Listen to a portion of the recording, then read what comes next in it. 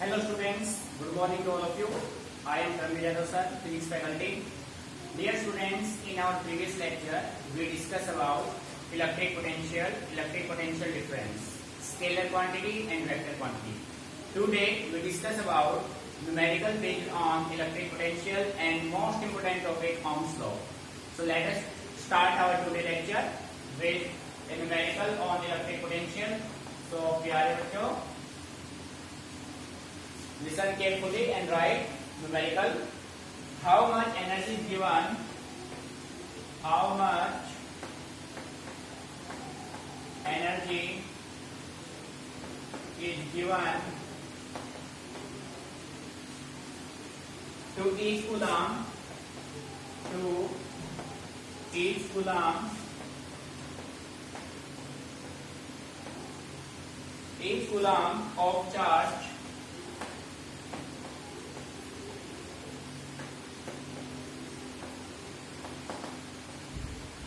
passing through a 6-volt battery. Passing through a 6-volt battery. Dear students, किसी भी numerical को solve करने से पहले आपको करना क्या है ये आप अच्छे से जान लीजिए, क्योंकि जैसा कि हम देख रहे हैं ईवीएस की एप्लीकेशन जब हम क्लिक करते हैं अपने सीबीएसई बोर्ड के, तो इलेक्ट्रिसिटी में से 80% वेटेज न्यूमेरिकल्स का होता है, 20% थ्योरेटिकल का होता है। तो प्यारे बच्चों, आप ये मान के चलो कि न्यूमेरिकल का ही वेटेज है जो कुछ भी है। और बेटे न्यूमेरिकल जितने भी पेपर में होंगे हमारे लिए उतना ही अच्छा होगा, क्योंकि न्यूमेरिकल पार्ट में मिस्टेक्स के चांस लेस होते हैं और आपको फुल मार्क्स मिल जाते हैं। ठीक है।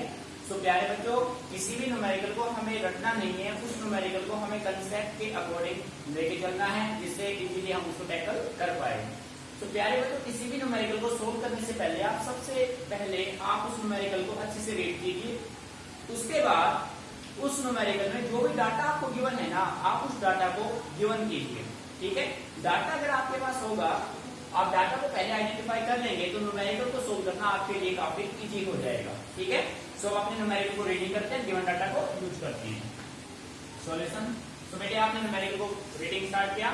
How much energy is given. बेटे इसका मतलब आपसे क्या पूछा जा रहा है? एनर्जी हमें फाइंड आउट करना है। Given to each coulomb of charge. प्यारे बच्चों, ईच कूलम्ब मींस आपके पास जो चार्ज है उसकी वैल्यू क्या है? 1 कूलम्ब। सो Q आपको गिवन है 1 coulomb. Clear. Each coulomb charge passing through a 6-volt battery. बेटे पोटेंशियल कितना गिवन है? V आपको गिवन है 6 वोल्ट। क्लियर। अब प्यारे बच्चों, जैसे कि हमने कल स्टडी किया था, as we know that electric potential is equal to amount of work done divided by charge. So work done is equal to potential into charge. तो प्यारे बच्चों, potential 6 volt, charge 1 coulomb, so work done कितना हो गया? 6 joule. So we can say that this work done is equal to energy. प्यारे बच्चों, ये जो आपका वर्क डन होगा ना, यही वर्क आपका किसके बराबर हो जाएगा? एनर्जी। और आपका जो एनर्जी आएगा वो कितना आएगा? 6 जूल, जो कि आपका क्या होगा? आंसर। क्लियर है भाई? ठीक है। तो प्यारे बच्चों, आपने देखा न्यूमेरिकल आपने रीडिंग स्टार्ट किया, उसके अकॉर्डिंग जो भी डाटा आपको गिवन है वो आपने पुट किया और आपका रिजल्ट ऑब्टेन हो गया। ठीक है। So write it carefully.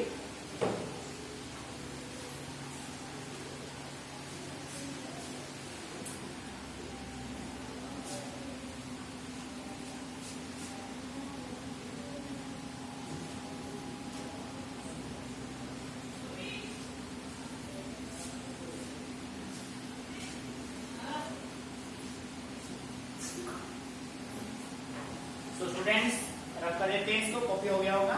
Everyone clear?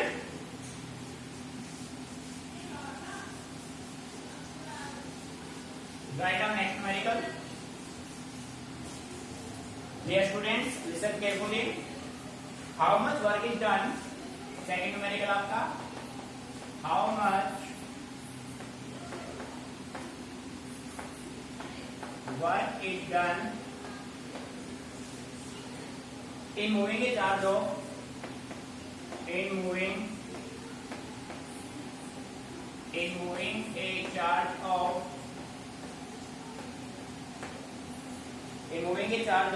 2 coulomb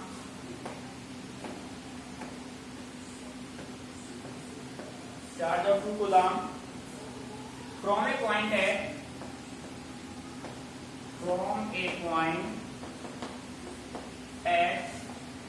118 volt to a point at 128 volt. So students, observe numerical carefully. बेटे आपसे पूछा जा रहा है how much work is done. Work done आपको कैलकुलेट करना है in moving a charge of 2 coulomb from a point at 118 volt to a point at 128 volt. Means आपके पास दो पॉइंट गिवन है और उन दोनों पॉइंट का जो पोटेंशियल है वो डिफरेंट है. सो डायग्रामेटिकली हम इसको ऐसे अंडरस्टैंड करते हैं प्यारे बच्चों. सबसे पहले आप गिवन डाटा लिखिए. गिवन डाटा बेटे तो गिवन डाटा पुट करते हैं ना उसके भी मार्क्स देते हैं सीबीएसई. ठीक है. सो वर्क डन आपको कैलकुलेट करना है भाई. उसके बाद चार्ज गिवन है आपके पास 2 कूलम, पोटेंशियल V1 मान लेते हैं इसको 118 वोल्ट, VP 128 वोल्ट. सो प्यारे बच्चों मान लीजिए कि आपके पास ये कोई एक पॉइंट है A, सेकंड पॉइंट आपके पास ये है B. पॉइंट A का पोटेंशियल है 118 वोल्ट, पॉइंट B का पोटेंशियल है 128 वोल्ट. क्लियर. सो प्यारे बच्चों कल हमने टॉपिक स्टडी किया था इलेक्ट्रिक पोटेंशियल डिफरेंस. सो पोटेंशियल डिफरेंस आपके पास कंसीडर होगा 2 पॉइंट के बीच का. सो ये आपके पास 2 पॉइंट है. सो यहाँ से आप कंसीडर कर सकते हैं VBA. सो प्यारे बच्चों VBA होगा क्या? VP minus VA is equal to 128 minus 118. So potential difference is equal to 10 volt. Right. अब प्यारे बच्चों पोटेंशियल डिफरेंस गिवन है, चार्ज गिवन है, क्या निकल जाएगा? Work done. As you know that electric potential B is equal to work done upon charge. Work done is equal to potential into charge. बेटे multiply हो जाएगा. मैथमेटिकल वैल्यू पुट कीजिए. Potential कितना है भाई? 10 वोल्ट. बेटे चार्ज कितना है? 2 कूलम. सो वर्क डन कितना हो गया? 20 joule. That is your answer. Clear. तो बेटे न्यूमेरिकल से आसान कुछ नहीं है, बस अच्छे से उनको एक बार प्रैक्टिस करने का रिक्वायरमेंट है. Clear. Note it down.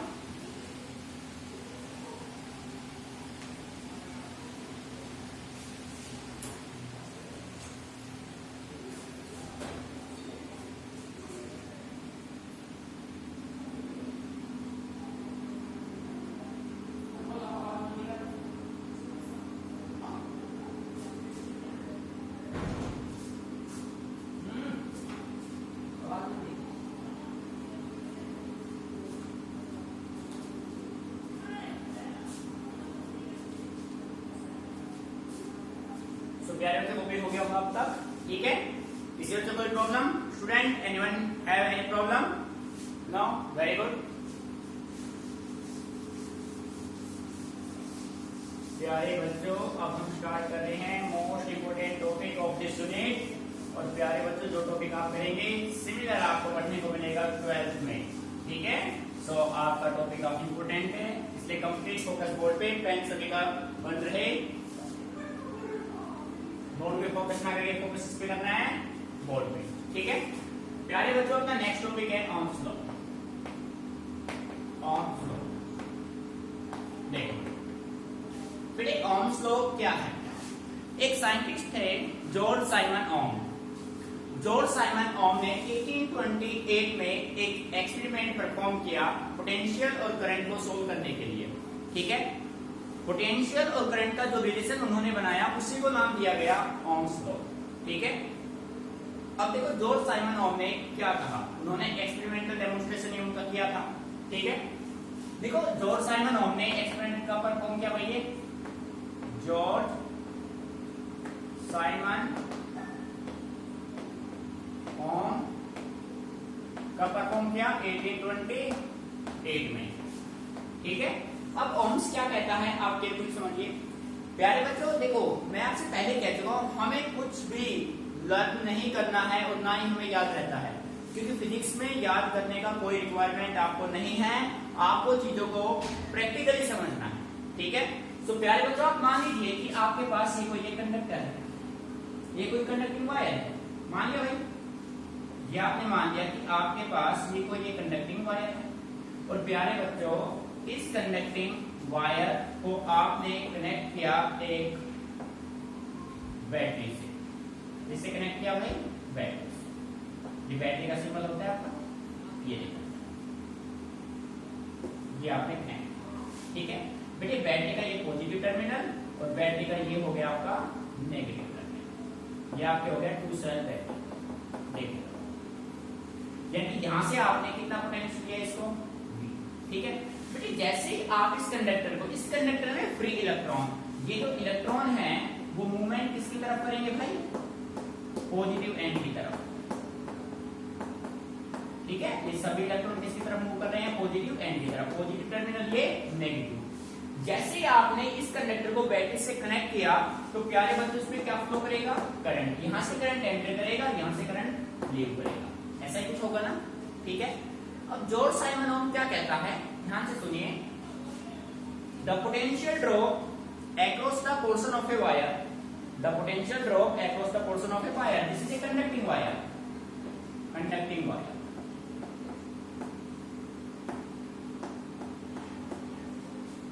the potential drop across the portion of a wire is directly proportional to the current I flowing through the conductor if the physical conditions like pressure, volume and temperature are kept constant। प्यारे बच्चों अगर आप physical conditions को, जैसे pressure हो गया, volume हो गया, टेम्परेचर हो गया, इन सभी को यदि आप कांस्टेंट मेंटेन करते हैं तो जो भी पोटेंशियल आप अप्लाई करेंगे ना, अप्लाई पोटेंशियल डायरेक्टली प्रोपोर्शनल किसके हो जाएगा, करंट के हो जाएगा। बट कंडीशंस हैं, जो आपका ओम्स लॉ है वो किस पे काम कर रहा है, कंडीशन पे, और बेटे कंडीशन पे जो काम कर गया ना तो प्रैक्टिकली पॉसिबल नहीं हो पाएगा, वो यूनिवर्सल नहीं होगा, क्लियर, ये आपको माइंड में रखना है। तो स्टेटमेंट इसके हम बनाते हैं इसी के बेस पे, स्टेटमेंट इसका ये होगा, according to Ohm's law if physical conditions like pressure, volume and temperature are kept constant, then current I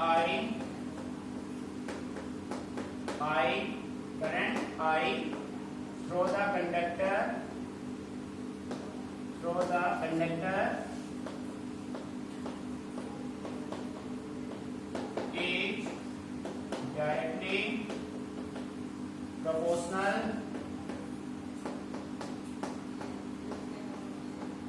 to the applied potential, और पोटेंशियल कितना है बच्चों, V। मेरी समझ में आ रहा है बेटे। देखो मेन है, अगर कोई बच्चा डायरेक्टली ये कह दे the current I through the conductor is directly proportional to the applied potential, प्यारे बच्चों 100% रॉन्ग होगा। क्यों, क्योंकि ओम्स लॉ किस पे काम करता है, कंडीशन पे। अगर किसी बच्चे ने लाइन ड्रॉप कर दी ना फिजिकल कंडीशन की तो बेटे आपका कंसेप्ट रॉन्ग होगा, डेफिनेशन आपकी रॉन्ग होगी। फिर ये मत बोलना सर ने हमें ये पढ़ाया था, बेटे आपका डेफिनेशन होगा if physical conditions like pressure, volume and temperature are kept constant then current I through the conductor is directly proportional to the applied potential, difference applied potential, ठीक है। सो आप कह सकते हैं I proportional किसके होगा, V, और आप इसको ऐसे भी राइट कर सकते हैं V proportional I, meaning clear, ठीक है प्यारे बच्चों। सो V proportional हो गया I। अब देखो बेटे जब कभी भी आप इस साइन को रिप्लेस करते हैं ना तो यहाँ पे क्या यूज करते हैं, यहाँ पे आप कोई भी कांस्टेंट यूज करते हैं। तो हमने क्या किया, हमने यहाँ पे कांस्टेंट लिया R इज कांस्टेंट ऑफ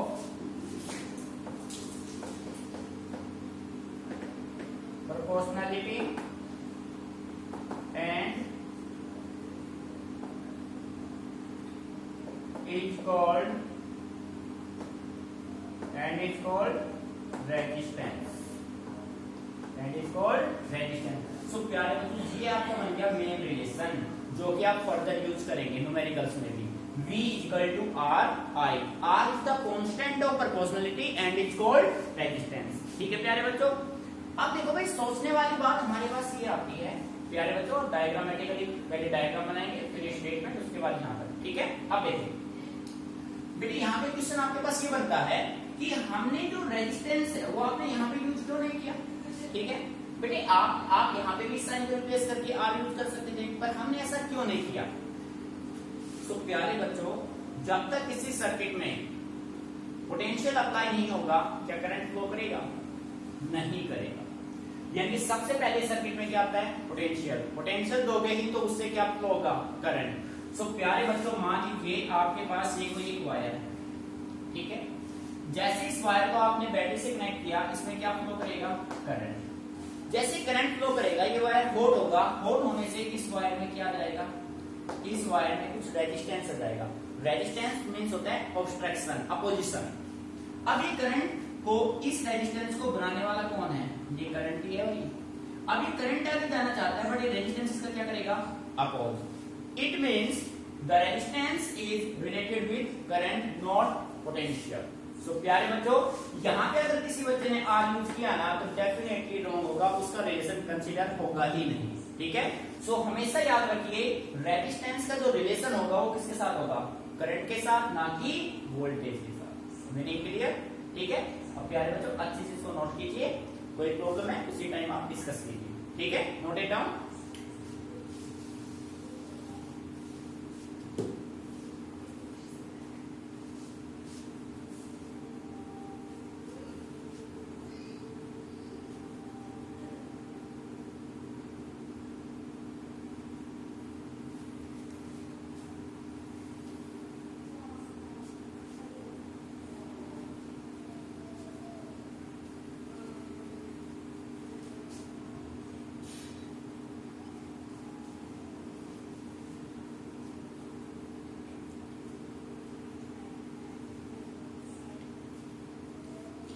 तो प्यारे बच्चों कॉपी हो गया होगा ठीक है अच्छे से ऑब्जर्व करना है बेटे समझ के चलना है रटना कुछ नहीं है गलती से ठीक है अब देखो बेटे अब इसी टॉपिक को फर्दर हम सोल्व करते हैं इसी के बेस पे अब हम बनाते हैं पीआई ग्राफ और ओम्स लॉ ठीक है देखिए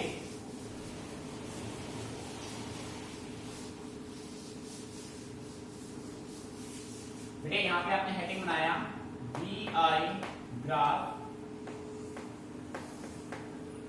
और ओम्स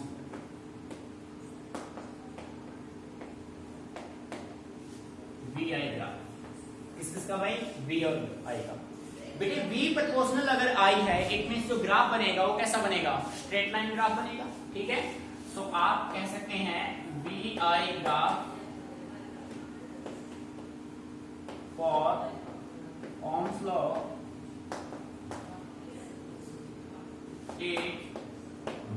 स्ट्रेट लाइन कैसा बनेगा प्यारे बच्चों ये आपको माइंड में रखना है भाई कैसे क्या बनेगा स्ट्रेट लाइन ठीक है और बेटे इसका जो स्लोप होगा ना इसका जो स्लोप होगा वो अपना किसके बराबर होगा वो अपना रेजिस्टेंस के बराबर slope is equal to resistance ठीक है सो प्यारे बच्चों ऑब्जर्व कीजिए ये आपने कंडीशन मेंटेन किया यहाँ पे आपने बी लिया ओरिजिन यहाँ पे आपने क्या लिया आई और ग्राफ कैसा बना स्ट्रेट लाइन बनेगा कैसा ग्राफ बनेगा स्ट्रेट लाइन ठीक है और प्यारे बच्चों ये क्या है स्लोप और स्लोप अपना किसके बराबर होगा आर रेजिस्टेंस के इक्वल होगा ठीक है अब प्यारे बच्चों यहाँ पे ना आपको मैं क्वेश्चन देता हूँ और आपसे पूछा जा रहा है देखो अब बेटे सोचने वाली बात ये कि थीटा जो है ना वो आई के साथ बनेगा या फिर बी के साथ बनेगा आपको एक बात अच्छे से क्लियर है ये आर अपना वो किसके बराबर होता है tan थीटा के बराबर प्यारे बच्चों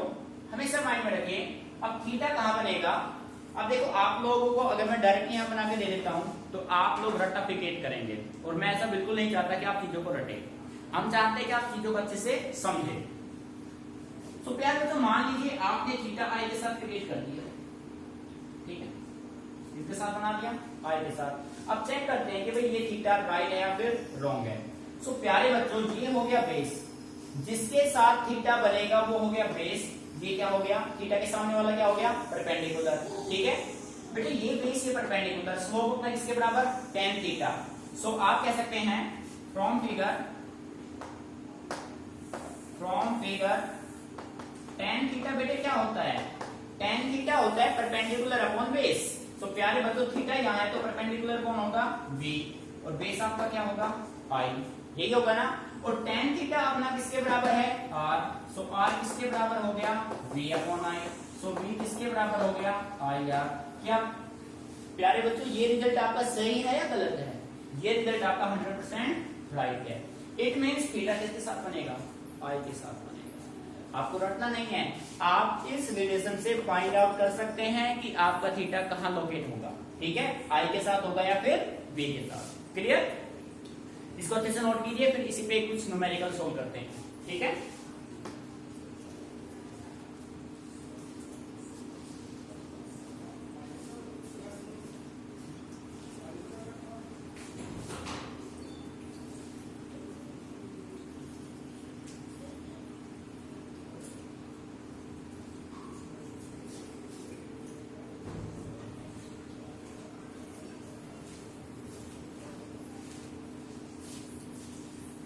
तो प्यारे बच्चों न्यूमेरिकल सोल्व करते हैं इस पे, राइट ऑन क्वेश्चन।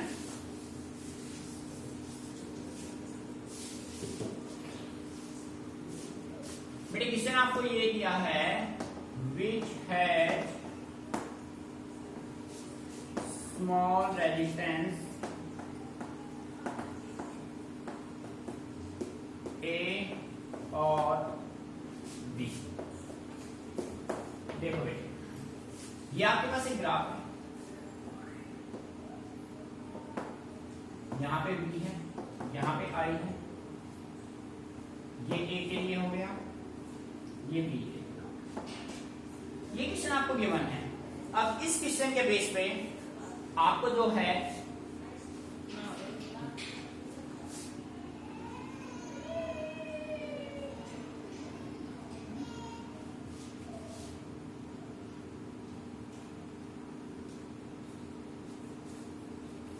सो प्यारे बच्चों आपके पास एक क्वेश्चन गिवन है, विच हैज स्मॉल रेजिस्टेंस ए और बी।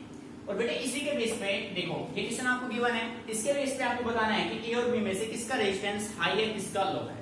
तो प्यारे बच्चों जैसा कि अभी हमने डिस्कस किया था, जो आपका स्लोप होगा वी ग्राफ स्ट्रेट लाइन होगा, ये बिल्कुल स्ट्रेट लाइन है। स्लोप आपको क्या देगा, रेजिस्टेंस। इट मींस जिसका स्लोप मैक्सिमम उसका रेजिस्टेंस क्या होगा, मैक्सिमम। थीटा किसके साथ बनेगा, आई के साथ।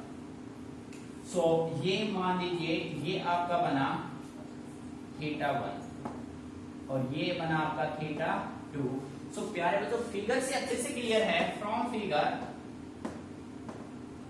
Theta 1 greater than theta 2। बेटे थीटा 1 किससे ग्रेटर देन है, थीटा 2 से। जिसका थीटा ग्रेटर होगा उसका रेजिस्टेंस भी ग्रेटर होगा। सो आर थीटा ए नाम आर ए किससे ग्रेटर होगा, आर बी से। This is your answer. Any problem बेटे, इस टाइप के क्वेश्चन आपसे पूछे जाएंगे डेफिनेटली, ठीक है। तो अच्छे से इसको ऑब्जर्व कीजिए और अपने प्रैक्टिस कीजिए, ठीक है।